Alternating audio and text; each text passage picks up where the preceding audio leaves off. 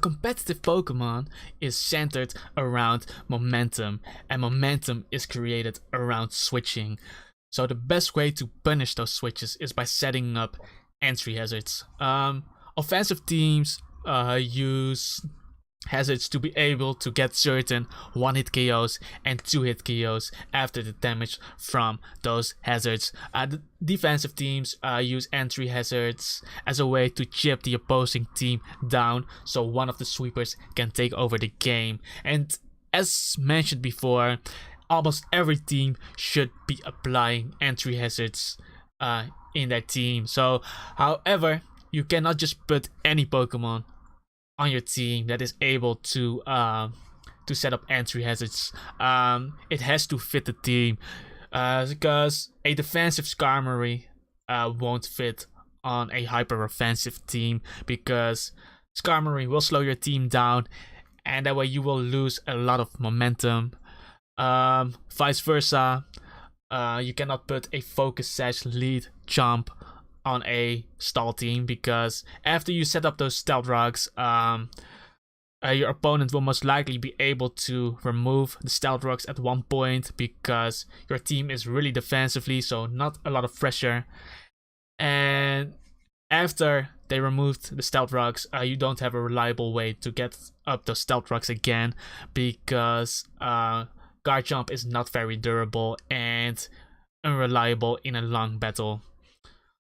But yeah, there are basically 4 types of entry hazards. They are all explained in the mechanics bible from my friend Cuteban, but I will go over them quickly. Stealth rocks, doing 12% on switch. It's applied as rock type damage. If it's super effective, it will do more. If it's not very effective, it will do less. Spikes, you can set up to 3 layers. The first layer doing 12.5%, the second layer doing 16.6%, and the third layer doing 25%. I would recommend only setting up 1 layer of spikes if your opponent still has his hazard removal Pokemon alive. Next up is our toxic spikes. Toxic spikes, with toxic spikes you're also able to set up multiple layers, up to 2.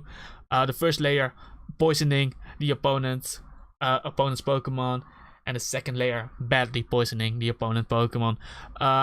Regular poison does 12% every turn, and badly poison does 6% the first turn, and every turn the opponent is staying in, this number will increase. And both spikes and toxic spikes will only apply on Pokemon that are grounded, so Pokemon that are not flying types and don't have the ability Levitate. And obviously it also won't work against Pokemon with the ability Magic Guard. And lastly, sticky webs. This move is not used a lot because only a few Pokemon are able to use this move in the entire game. So if you see one of these Pokemon on the opposing team, you can assume that it pretty much have sticky webs, and sticky webs will slow the speed of an opposing Pokemon on switch by 1 stage. So that's basically everything about entry hazards. Let's now talk about a way to counter entry hazards, and that is by removing them.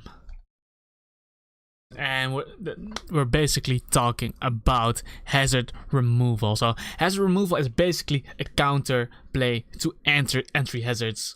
You counter it by removing them from the field. The only 2 moves that are able to remove entry hazards in the entire game are Rapid Spin and Defog.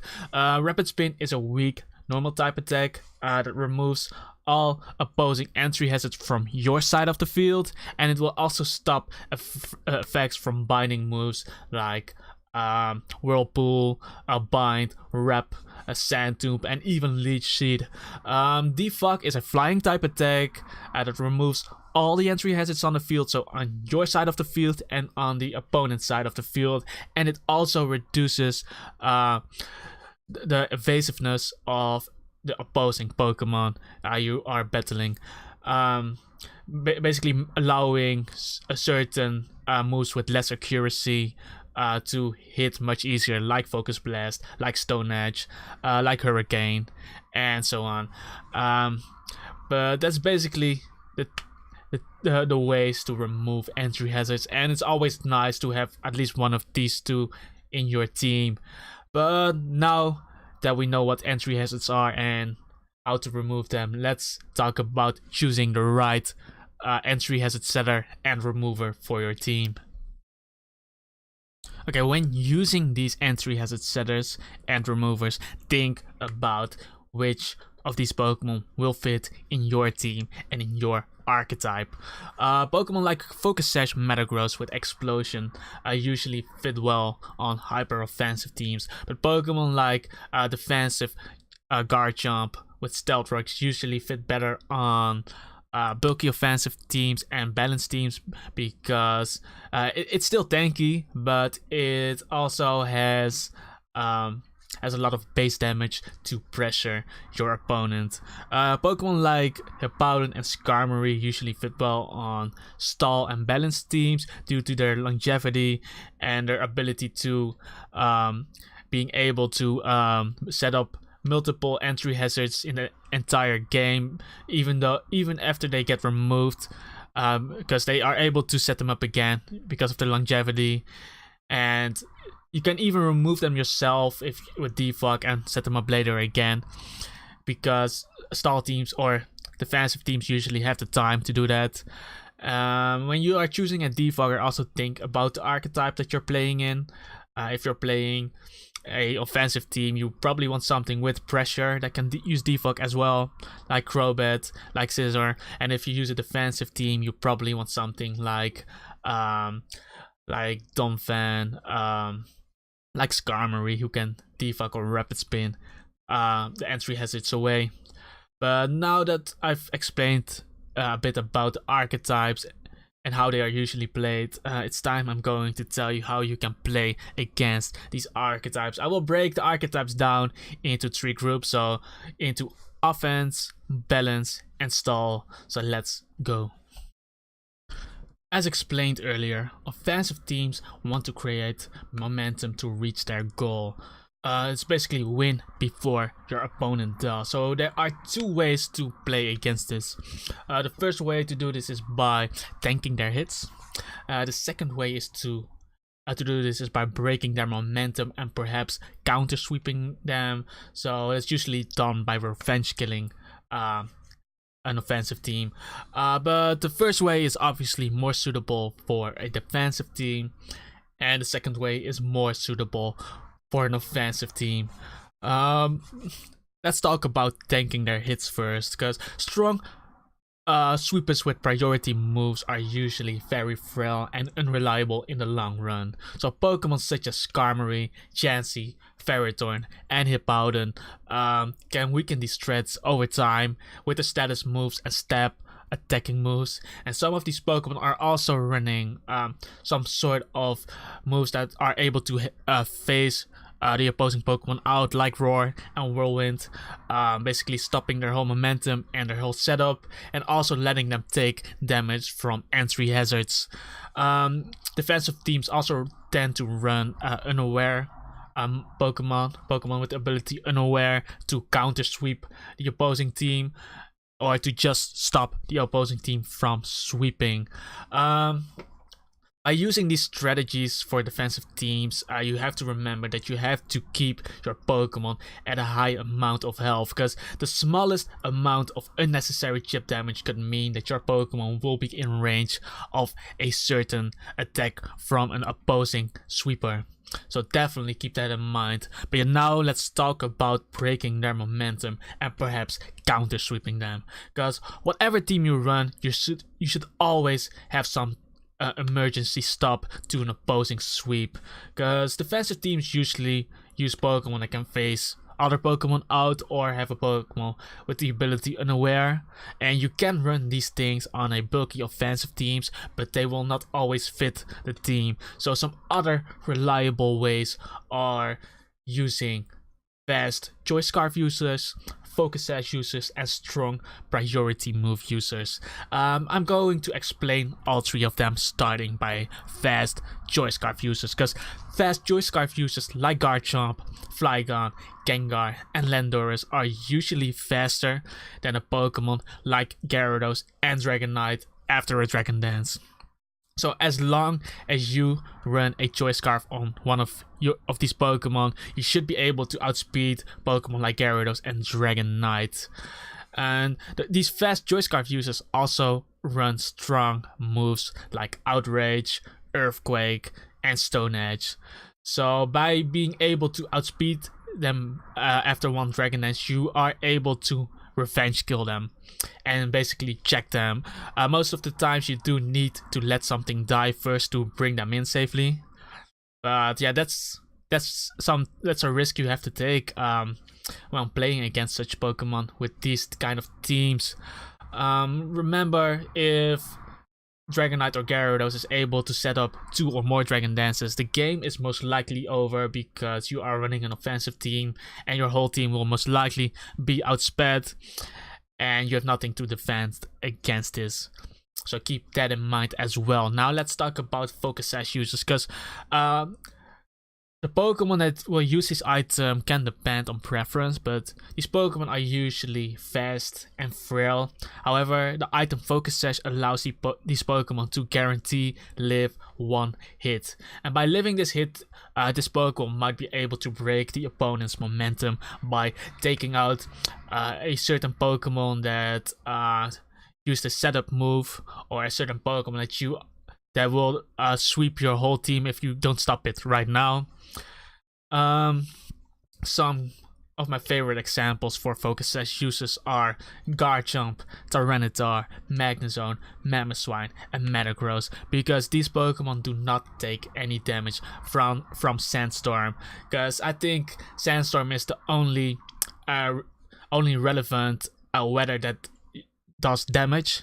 Because I don't think a hail is relevant, but if your Pokemon is not affected by Sandstorm, then they cannot break your Focus Sash by bringing in something like a Tyranitar to get some chip damage off on your Focus Sash user. Because Focus Sash only works if your Pokemon is at full HP. So that's why I like these Pokemon, and this is why I think Alakazam is probably one of the best Focus Sash users in the game. Because of the ability Magikarp, he won't take any indirect damage, which means his Focus Sash will always stay intact as long as he doesn't take a direct attack. And that way he's able to check a lot of things, even a Azumarill with Belly Drum up he's able to check that because Aqua Jet won't kill because of the Focus Sash, and there are many more examples. So one other way obviously is using strong priority move users. These Pokemon usually have items that boost their priority move, like Choice Band and Life Orb. So some examples are Choice Band Dragonite, Choice Band Azumarill, Choice Band Scissor, and Life Orb Bisharp with Sucker Punch. However, you do usually need some pre-damage on the opposing threat before these Pokemon before you can take these Pokemon out, and that's pretty much with all 3 of them. So getting up the Stealth Rocks early could be nice. Having a Pokemon with something like Fake Out could also be really nice to get those Pokemon in range for your Revenge Killer. That's basically the idea, using a Revenge Killer when you are playing an offensive team against an offensive sweeper. But now let's talk about playing against balanced teams. Playing against balanced, well, there's really not much to tell about playing against balanced, honestly, because it's pretty much doing what your team is designed to do. So offensive teams should try to set up their sweepers, while defensive teams should try to get up their entry hazards and whittle the opposing team down with things like status moves. And in short, just play according to your win conditions.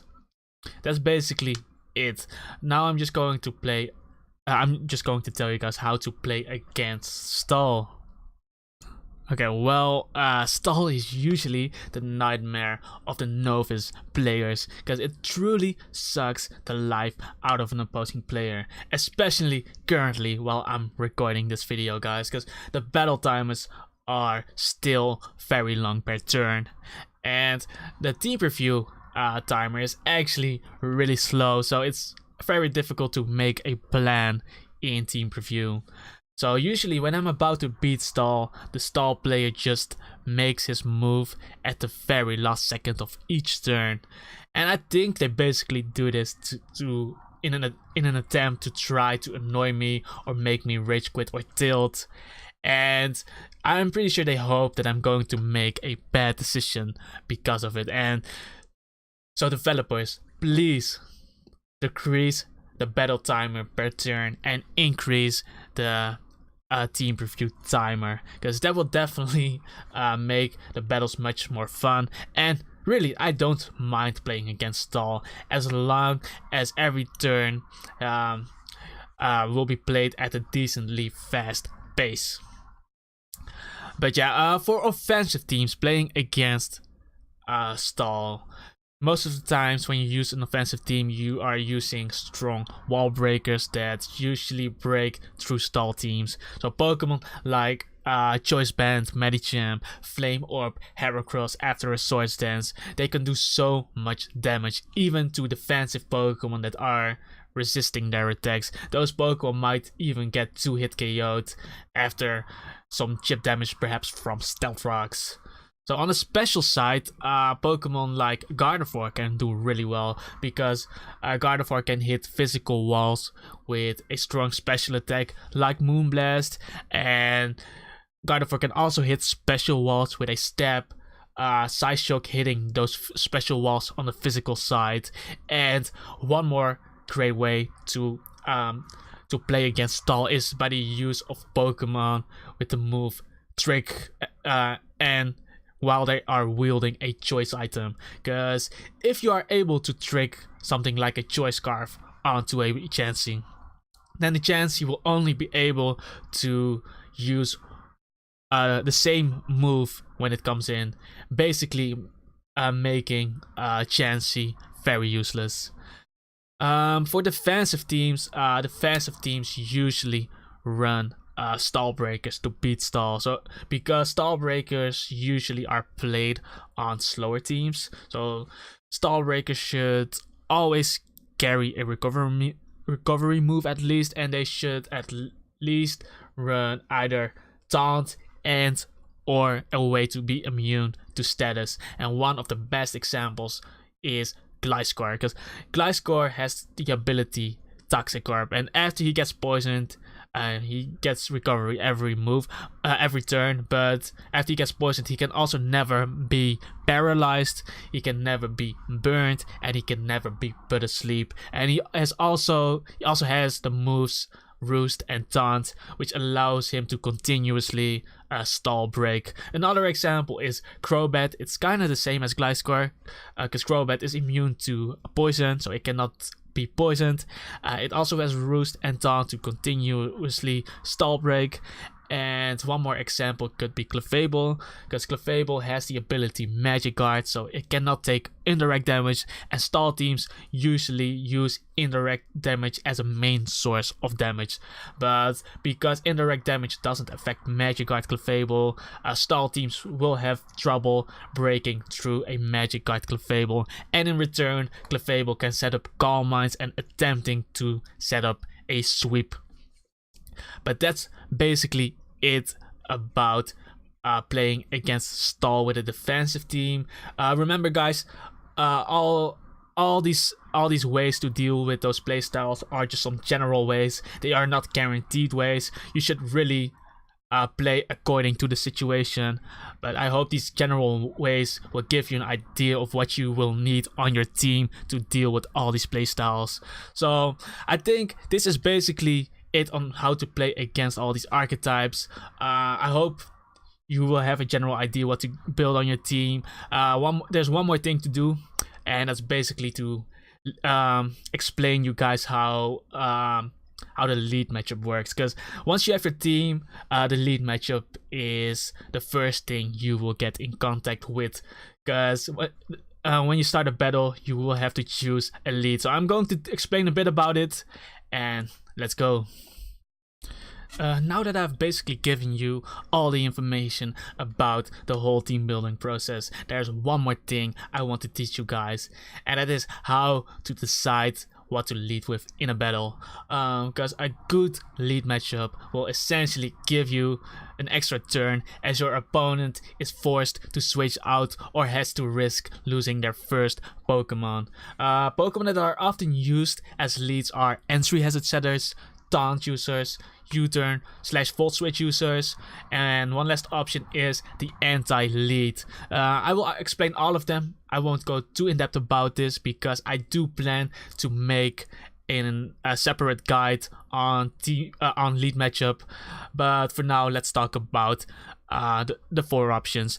First off, the entry hazard setter. We already explained this role, so basically the goal is to set up those entry hazards from the start. Some examples are Skarmory, Fortress, Shuckle, and Garchomp. Next up is the taunt user. Most of the times taunt users are stall breakers, but they could also be offensive Pokemon that want to prevent the opponent from using status moves. In many cases you would lead with this if you know that your opponent is going to set up the Stealth Rocks and try to prevent it this way. And some examples are Gliscor, Gengar, Gyarados, and Sableye. Next up we have the U-turn / volt switch user. The idea is basically to see what your opponent is going to do and gain momentum through seeing whether he stays in or switches out. So some examples are Scizor, Jolteon, Staraptor, and Raikou. Lastly, we have the anti-lead. They are usually Pokemon that carry a lot of damage, but they don't like to switch in to an attack.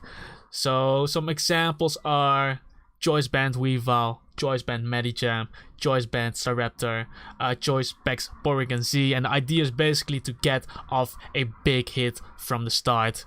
But yeah, one lead type doesn't necessarily beat the other lead type. This all depends on the Pokemon that are being used. But feeling what your opponent is going to do could give you a big edge, so you have to play according to that. An example could be that you see that your opponent has a Mamoswine and you know that he will most likely try to set up the Stealth Rocks, but the only taunt user on your team is Gliscor, and Gliscor will obviously lose in a 1v1 situation against Mamoswine. But you also have your Choice Specs Starmie on your team, and by leading with Starmie as your anti-lead, you will basically prevent Mamoswine from setting up the Stealth Rocks, forcing him to switch out and perhaps even risk losing a Pokemon. And this is basically what you have to think about. Don't worry guys, I will make a separate guide on this, so that will be very detailed with a lot of examples. But for now, this was basically the guide.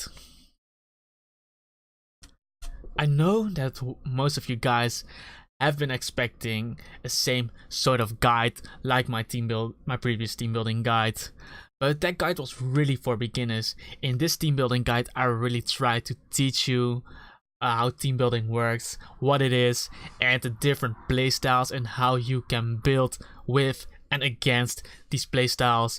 So some of you guys might be very disappointed, but now that I have made this guide, I am going to start a new series. So every week I will be choosing a Pokemon, and I'm going to build a team around it using everything that we have learned in this guide. So if you guys want a certain Pokemon to be covered in one of these videos, leave a comment down below. Let me know which one you would like to be covered. But that is basically it, guys. I also will be streaming more on Twitch, and we'll be posting more PvP battles, because most of you guys are asking me so many times when I'm going to upload again and when I'm going to stream again. So follow my Discord channel, guys. Every time I'm going to stream, I will announce it on my Discord channel. I will announce it a few hours before, so that way you will know when I'm going to stream. So I will put all the links down below. Check them out. And this is everything I wanted to tell you guys. Comment, like, and subscribe. And my name is AFC Udinho, and I see you guys in the next video. Have a nice day.